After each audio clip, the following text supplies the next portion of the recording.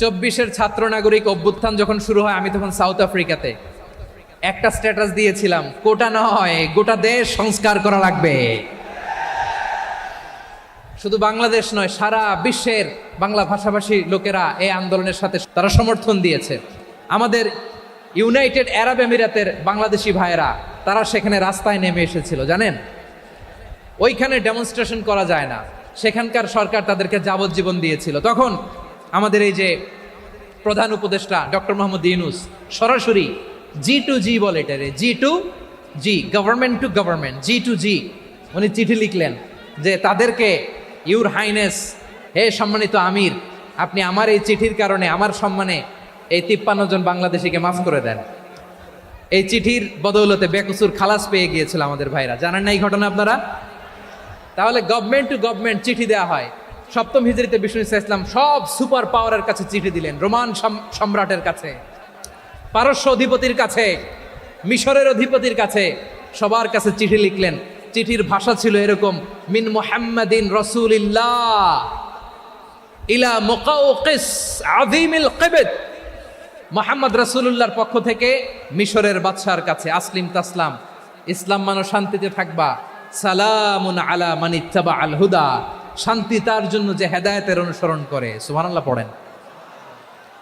তো এই চিঠি অনেকে ভালোভাবে রিসিভ করেছে, অনেকে এই চিঠি পাওয়ার পরে নবীর কাছে আবার ইন রিটার্ন উপহার পাঠিয়েছে। কি পাঠিয়েছে? উপহার। মিশরের বাদশাহ মুকাওকিস তিনি বিশ্বনবীকে বিশাল এক উপহারের ডালি পাঠিয়েছেন। মিশরের বাদশাহ মুকাওকিস ছিলেন ধর্মে খ্রিস্টান। লালমনিরহাটের ভাইয়েরা আওয়াজ করে বলেন, মিশরের বাদশাহ ধর্মে কি ছিল? খ্রিস্টান। কি উপহার দিয়েছিল আমার নবীকে? শুনতে মনে চায়? আওয়াজ নাই লালমনিরহাটের গলায়,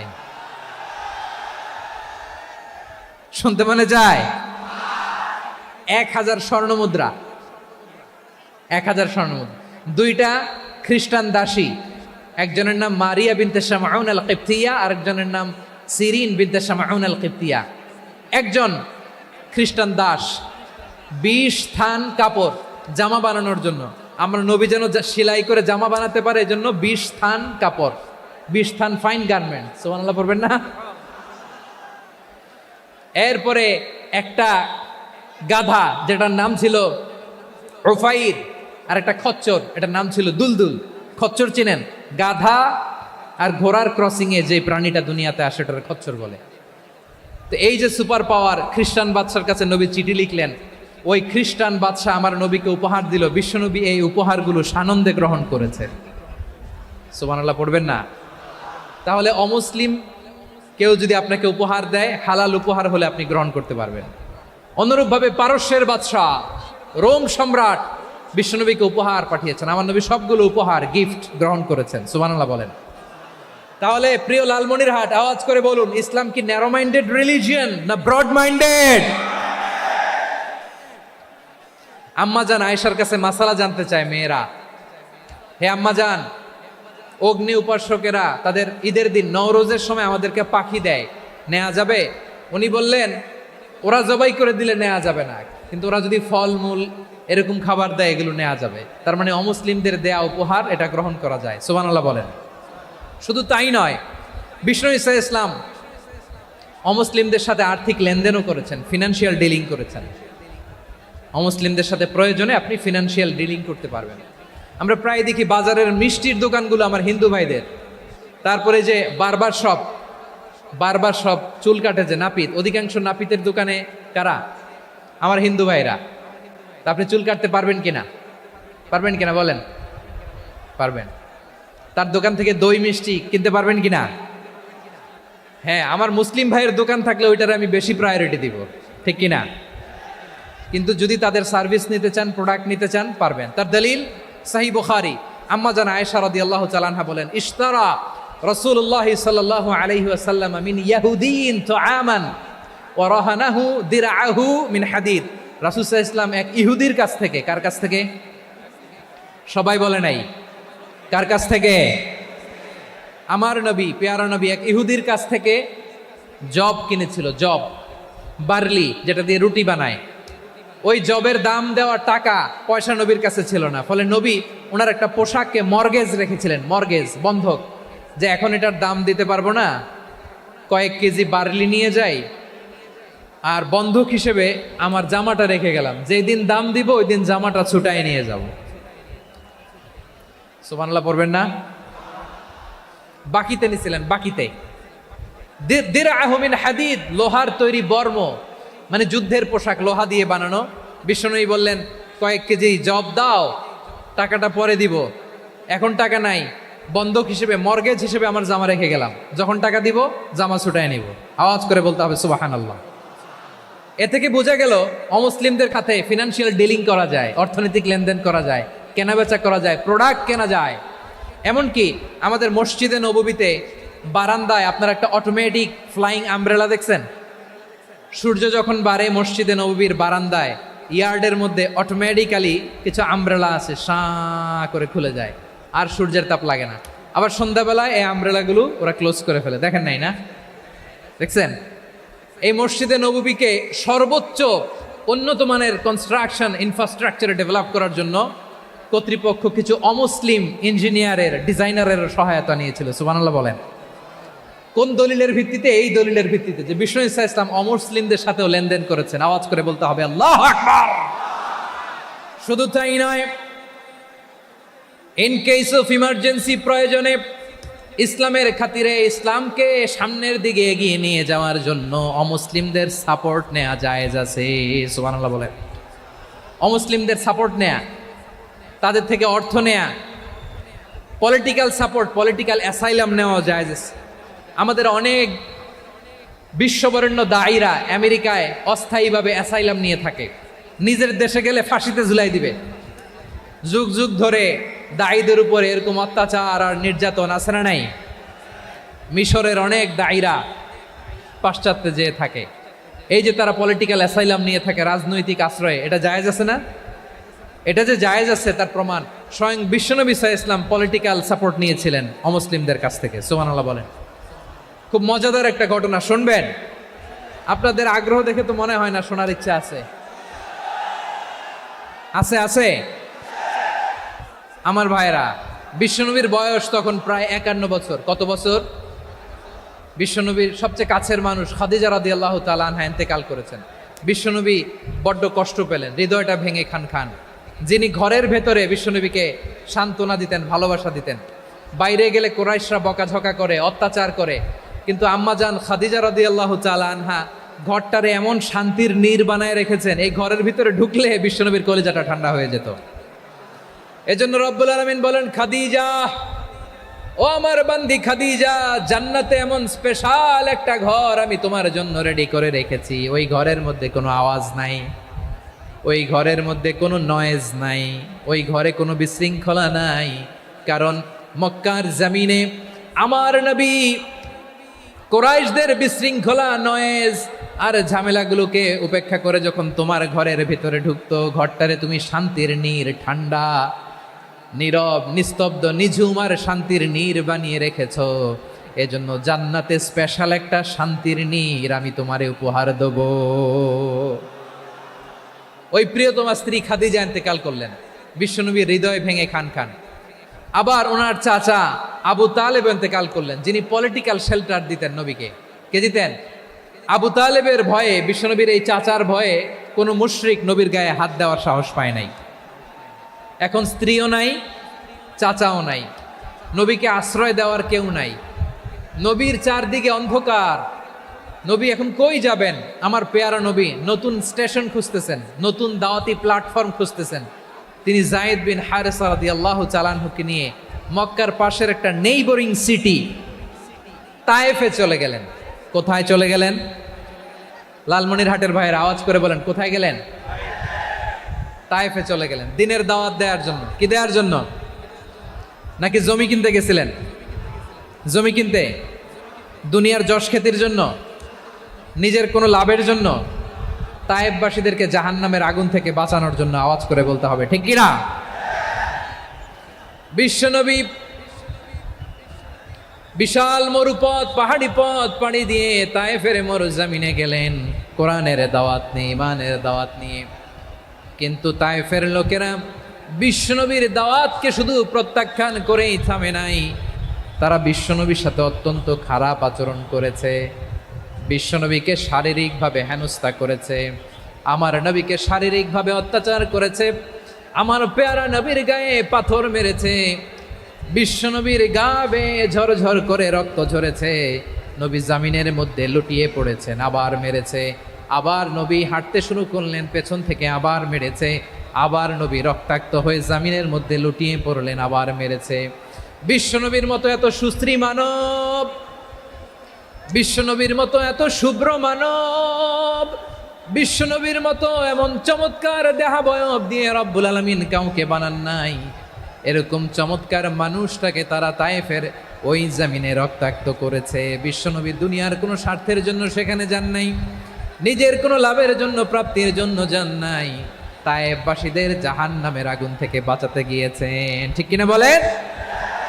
খেয়ে না খেয়ে দিন প্রচারের কাজে নিজেকে দিয়েছ বিলিয়ে, তায়েফের কাফিরেরা চিনল না সে আলো, দুষ্ট ছেলেদের পিছু দিল লেলিয়ে, পাথরের আঘাতে ক্ষত বিক্ষত হয়ে সারা শরীর থেকে রক্ত ঝরে।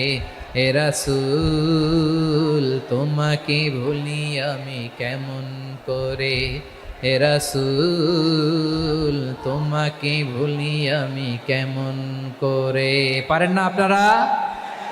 ধরুন আমার সাথে। হাজার ব্যথা বেদনার পরে ফিরে আসনি তুমি আপন ঘরে, দিনের আলো তুমি ছড়িয়ে দিতে, চলে গেলে মদিনায় মক্কা ছেড়ে।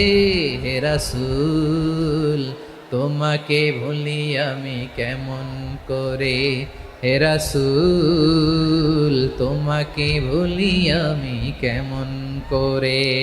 ঠিক কিনা বলেন? প্রিয় ভাইরা, তায়েফের ছেলেরা নবীকে রক্তাক্ত করলো। আমার নবী কই যাবে? কই যাবে? মক্কায় জায়গা নাই, তায়েফে জায়গা নাই। তায়েফ থেকে ভারাক্রান্ত মন নিয়ে আমার নবী মক্কায় ফিরে আসলেন। বিশ্ব নবী মক্কায় ঢুকতে পারেন না। মক্কার মরুভূমির দিকে তাকিয়ে, উপত্যকার দিকে তাকিয়ে বিশ্বনবী ধা ধা করে কাঁদেন, ঝরঝর করে। নবীর চেহারা মোবারক থেকে চোখের পানিগুলো বেয়ে বেয়ে পড়ে। আমার জন্মস্থান, আমার শৈশব, কৈশোর, যৌবন কেটেছে এই মক্কায়, আমার এলাকায় আমি ঢুকতে পারি না। বিশ্বনবী মক্কার অনতি দূরে দাঁড়িয়ে জায়েদকে পাঠালেন, জায়েদ যাও দেখো কেউ আমাকে সাপোর্ট করার মতো আছে কিনা, যাও অমুকের কাছে যাও। জায়েদ গেলেন, তারাও প্রত্যাখ্যান করে ফিরিয়ে দেয়। বিশ্বনবী বললেন যাও অমুক লোকের কাছে যাও, তিনিও প্রত্যাখ্যান করে ফিরিয়ে দিলেন। কেউ বিশ্বনবীকে আশ্রয় দিতে রাজি হয় না।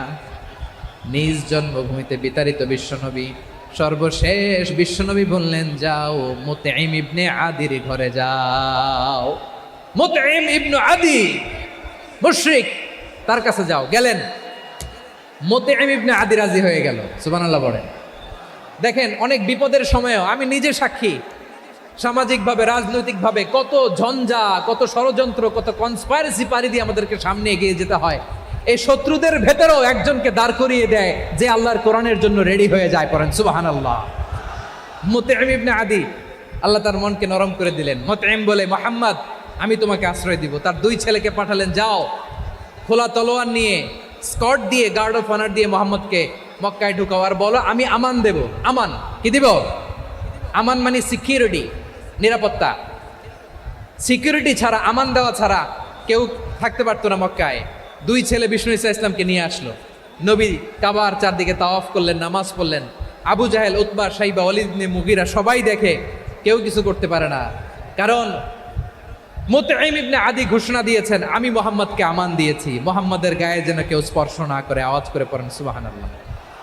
নবীর এই বিপদকালে মুহূর্তে মুতঈমের হৃদয়টারে নরম করে দিল কে? আচ্ছা, লালমনিরহাটের ভাইয়েরা বলেন, এই মুতঈম কি মুসলিম ছিল না মুশরিক? সবাই বলতে হবে, মুসলিম না মুশরিক? তাহলে মুশরিকের কাছ থেকে নবী পলিটিক্যাল অ্যাসাইলাম, আধুনিক রাষ্ট্রবিজ্ঞানের ভাষায় পলিটিক্যাল অ্যাসাইলাম, যেটাকে বলে রাজনৈতিক আশ্রয়। ওনার আমান বা নিরাপত্তার এই ঘোষণায় তিনি মক্কায় ঢুকলেন। যতদিন নিরাপত্তা ছিলেন। মোতেম যখন মারা গেল, বিষ্ণু ইসলাম হিজরত করে মদিনায় চলে গেলেন। সুবহানাল্লাহ। কিন্তু মোতেম যে বিশ্বনবীর উপকার করছে এটা বিশ্বনবী ভুলে নাই। আমাদের অনেকে আছে উপকার করার পরে আর খেয়াল থাকে না, খাওয়ার পরে গলা দিয়ে নামলে আর খেয়াল থাকে না। এরকম আছে না নাই? আমার নবী ভুলে নাই।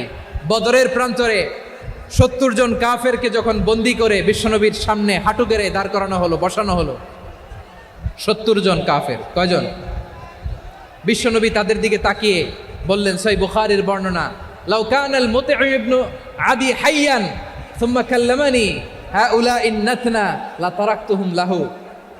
বদরের প্রান্তরে 70 জন বন্দি কাফিরের দিকে তাকিয়ে আমার নবী বললেন, আজকে মুতঈম ইবনে আদি যদি বেঁচে থাকতো আর তোমাদের 70 জনের ব্যাপারে যদি মুতঈম এক বাক্যে একটা সুপারিশ করত, তার সম্মানে আজকে তোদের সবাইকে আমি মাফ করে দিতাম। সুবহানাল্লাহ। নাই? বিশ্বনবী মুতঈমের এই সাহায্যের কথা বলে নাই। 70 জন মুশরিক হাঁটু গেড়ে বসা, নবী চাইলে এখনই এক্সিকিউশন অর্ডার দিতে পারে। তিনি বললেন, আজকে যদি মুতঈম বেঁচে থাকতো আর মুতঈম যদি তোদের জন্য সুপারিশ করতে, এই আবর্জনাগুলোর ব্যাপারে সুপারিশ করতে, আমি মুহূর্তেই তোদেরকে এমনি মাফ করে দিতাম। এবার বলেন, ইসলাম কি ন্যারো মাইন্ডেড না ব্রড মাইন্ডেড? শুধু তাই নয়, যাকে যে সম্মান দেয়ার আমার নবী দিতেন, হোক আস্তিক হোক নাস্তিক, হোক মুসলিম হোক অমুসলিম। বিষ্ণু ইসলাম যখন রোমান সম্রাটের কাছে চিঠি লিখেছেন, আমার প্রিয় লালমনিরহাটের ভাইরা, অল্প কয়েক মিনিট কয়েকটা জরুরি কথা বলবো, এদিকে তাকান, এদিকে। রোমান সম্রাটের কাছে বিশ্বনবী যখন চিঠি লিখলেন মিন মুহাম্মদ রাসূলিল্লাহ ইলা হিরাকলা আযীমির রোম, মুহাম্মদের পক্ষ থেকে হিরাক্লিয়াসের কাছে, যিনি হচ্ছেন আযীমির রোম। এটা নবী নিজ থেকে বানায় লিখছেন অতিরিক্ত সম্মান দিয়ে। কোন রাষ্ট্রপ্রধান যখন আসে তাদেরকে আমরা কি বলি জানেন? তার নামের শেষে HE এটা লিখতে হয়, H.E. মানে হিজ এক্সেলেন্সি। কি লেখে? হিজ এক্সেলেন্টি, অথবা ইউর হাইনেস, ইউর ম্যাজেস্টি। দেখেন, বিশ্বনবী সাল্লাল্লাহু আলাইহি ওয়াসাল্লাম সব নবীদেরও নবী। তিনি একজন মুশরিক খ্রিস্টান সম্রাট, রোমান সম্রাটের কাছে চিঠি লিখতে যেয়ে লিখতেছে, ইলা হিরাকলা আযীমির রোম, হিরাক্লিয়াসের কাছে আমার চিঠি, যিনি রোমের আযীম, হিজ হাইনেস, মানে রোমের অনেক সম্মানিত এক বাহাদুর। আওয়াজ করে বলেন সুবহানাল্লাহ। তার মানে যাকে যে সম্মান দেয়ার এটা বিশ্বনবী দিতেন। এমনকি যেই ইহুদিরা ভালো ছিল, এই ইহুদিদেরও প্রশংসা করেছেন বিশ্বনবী মুহাম্মদুর রাসূলুল্লাহ সাল্লাল্লাহু আলাইহি ওয়াসাল্লাম। এক ইহুদির প্রশংসা করেছেন বিশ্বনবী। ইহুদির কার? আমি তো আমার ভাইয়ের প্রশংসা করি না, আমি তো এক আলেম আরেক আলেমরে স্পেস দেই না, আমি তো এক দায়ী আরেক দায়ীর সাথে বসতে চাই না। আমার নবী ইহুদির প্রশংসা করে। কার প্রশংসা? ওই ইহুদির নাম ছিল মুখাইরিক। সিরাত গ্রন্থ ঘাটলে পাবেন। তিনি বলেছেন, মুখাইরিক খাইরু ইয়াহুদ, Mukhayriq is the best of the Jews. জুইশদের মধ্যে সে সবচেয়ে ভালো। কেন প্রশংসা করলেন তার? এর কারণ মদিনা চার্টারে কথা ছিল সব ধর্মের মুসলিম, মুশরিক, ইহুদিরা মিলে মদিনাকে রক্ষা করবে। কিন্তু 3য় হিজরিতে যখন উহুদের যুদ্ধ শুরু হলো, সবার কথা ছিল যেই আক্রমণ করে আমরা মদিনাকে বাঁচাবো। কোন শহরকে বাঁচাবো? মদিনাকে। কিন্তু কুরাইশরা যখন অ্যাটাক করলো, ইহুদিরা আর আসে না, ইহুদিরা আর বেরোয় না। বিষ্ণু বললেন, ওহে ইহুদিরা, তোমরা না চুক্তি করলে আমার সাথে যে মদিনা বাঁচাতে সবাই ঝাঁপিয়ে পড়বো, আসো। একটা ইহুদিও বেরোয় না, কেউ আসে না সেদিন, একজন ছাড়া। তার নাম মুখাইরেক। তার নাম কি? মুখাইরেক বাহাদুরের মতো ঘোড়সাওয়ার হয়ে বেরিয়ে গেলেন এবং বললেন, গোটা ইহুদি সাম্রাজ্যের একজনও যদি না আসে, আমি মুখাইরেককে কেউ ঘরে আটকে রাখতে পারবে না। বেরিয়ে আসলেন, এসে বললেন, আমি মুহাম্মদের পক্ষে যুদ্ধ করব। আমি মারা গেলে আমার সম্পদ আমার উত্তরাধিকারীরা পাবে না, আমার সম্পদ তোমরা মুহাম্মদকে দিয়ে দিবা। সুবহানাল্লাহ বলেন। উহুদের ময়দানে 70 জন মুসলমান শহীদ হলো। এই ইহুদি, সেও মুসলমানের পক্ষে যুদ্ধ করে নিহত হলো। সুবহানাল্লাহ বলেন। মুসলিমদের লাশ যখন নিয়ে আসা হলো, এই মুখাইরিকের লাশও নিয়ে আসা হলো। মুসলিমদের লাশের পাশে মুখাইরিকের লাশ দেখে বিশ্বনবী মুখাইরিকের প্রতি অনেক খুশি হলেন আর বিশ্বনবী খুশি হয়ে বললেন মুখাইরিক খৈরু ইয়াহুদ, মুখাইরিক যদিও তুমি ইহুদি তারপরেও তুমি সব ইহুদিদের মধ্যে সেরা ইহুদি। পড়েন সুবহানাল্লাহ। আমার নবী ইহুদিকেও সম্মান দিতে কার্পণ্য করে নাই। আওয়াজ করে বলেন আল্লাহু আকবার।